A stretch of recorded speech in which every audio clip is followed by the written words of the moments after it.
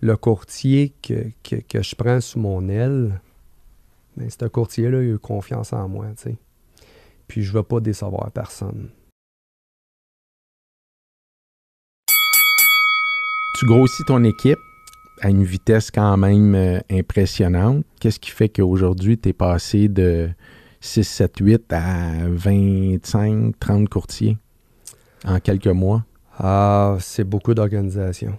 Mm. C'est beaucoup d'organisation. J'ai commencé, j'avais 2 assistantes. Je suis rendu à 6 assistantes. Mm.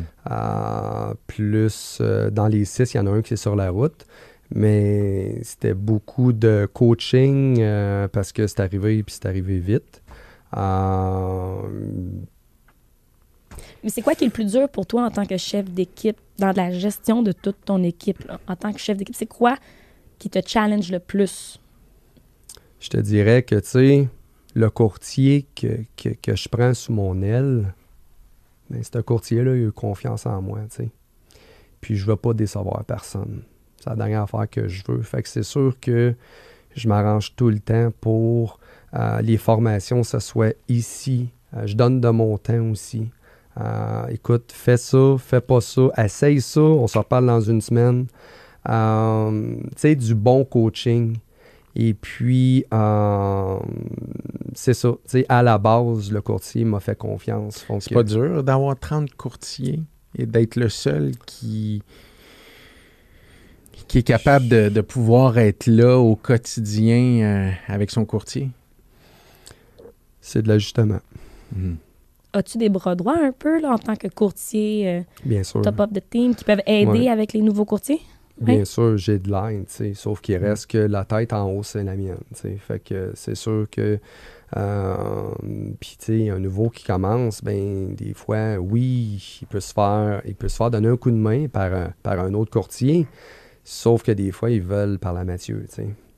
Hier, en exemple, à 10h15, j'étais sur le téléphone avec un courtier, justement, qui vivait une situation, puis que, bon, il voulait me parler, savoir, OK, Mathieu, avec ton expérience, qu'est-ce que tu ferais à ma place? Fait que j'ai pris l'appel, puis tu sais, j'ai donné un coup de main par rapport à ça.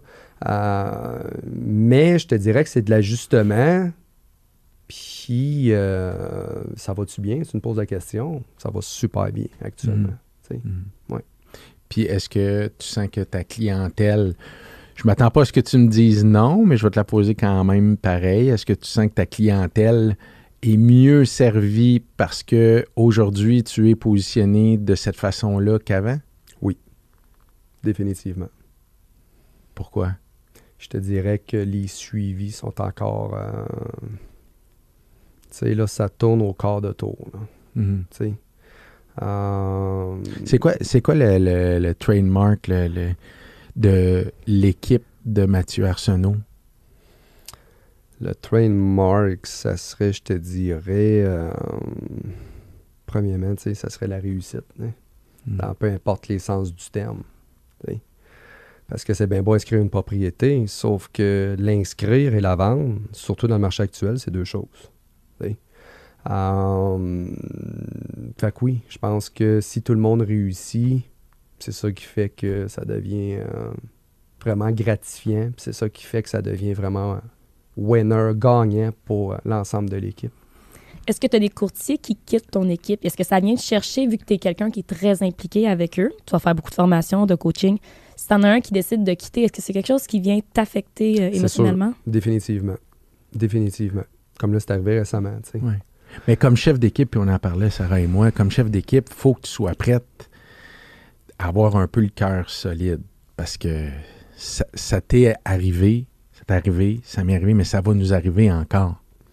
Effectivement. Effectivement. Puis, tu sais, il y en a des fois que, bon, ça fonctionne pas, tu sais. Il n'y a pas d'atome crochu, puis ça fait en sorte que... ouais. Sans rentrer dans les détails, là, avec le dernier qui a quitté, mais ça fonctionnait pas. Ouais. OK. Tu sais, des fois, je donne des conseils, tu sais, mais il faut que la personne va m'emmener l'applique. Oui, mais il y a ce profil-là, mais il y a aussi le profil du courtier qui rentre avec toi, qui apprend avec toi, puis qu'après ça, ils disent, ben, Je pense que je n'ai assez appris, ce qui est correct. Je comprends. Faut pas mettre les bâtons dans les roues des gens, loin de là. Mais tu gères ça comment, toi, un courtier qui a passé 1 an, puis qui va très bien, là? Bonne question. Mais ça a-tu arrivé récemment? Ça n'a pas arrivé. Ça va-tu arriver?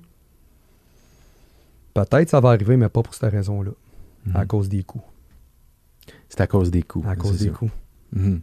C'est que veut pas, il reste que les coûts chez EXP sont extrêmement minimes. Puis, c'est intéressant que tu nous l'amènes, Mathieu, parce qu'il y a beaucoup de leaders d'équipe qui se posent la question puis que ça revient. Il faut se poser la question toujours, est-ce que notre système est vivable? Puis ça, ben, on se cachera pas, mais les coûts, c'est quelque chose qui fatigue beaucoup, beaucoup et qui est un game changer. C'est sûr, parce que le coût qui est plus minime peut faire en sorte que le courtier, au lieu de le donner à un propriétaire d'agence X, ben, prend cet argent-là puis le met sur sa pub à lui personnel pour lui vendre plus de maisons, pour améliorer son marketing. Tu sais, puis surtout, on en parle depuis le début, le marché, comme c'est là, il s'en va pas en montée. Moi, en tout cas, j'ai pas parlé à personne au Québec qui me dit, moi, le marché, mes ventes ont augmenté récemment. Le marché s'en va en descendre. Donc, les frais vont être doublement plus importantes, à mon avis, en 2023.